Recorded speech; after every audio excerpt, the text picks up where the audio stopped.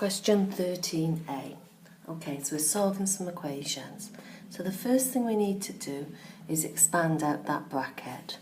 So we've got 2 bracket 13 minus x equals 44. So expanding out the bracket, 2 times 30 is 60.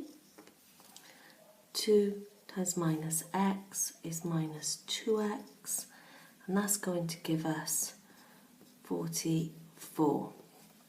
Okay, now we're going to get rid of the plus 60 by taking 60 off both sides.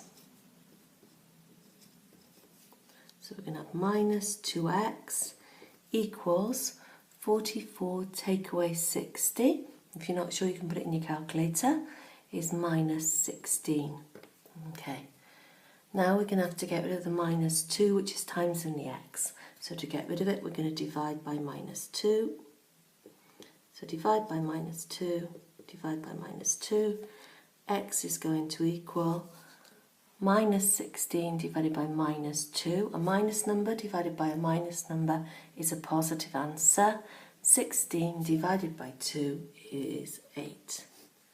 So there we go. Didn't leave much room for that, did they? Okay, simplify.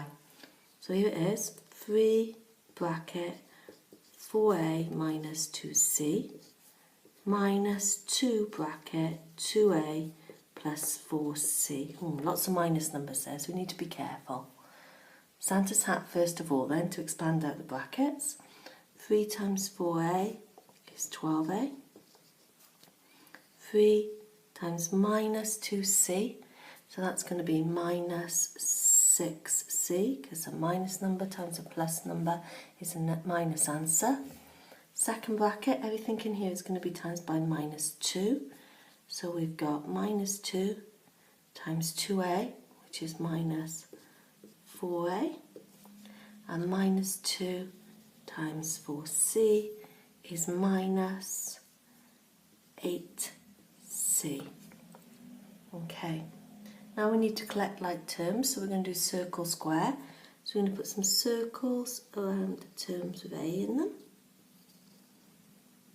like so.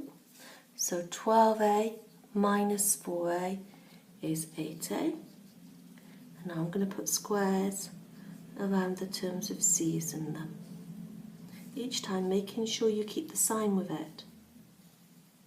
So we've got minus 6c minus 8c. So at minus 6, we're going down another 8, so it's going to be minus 14c.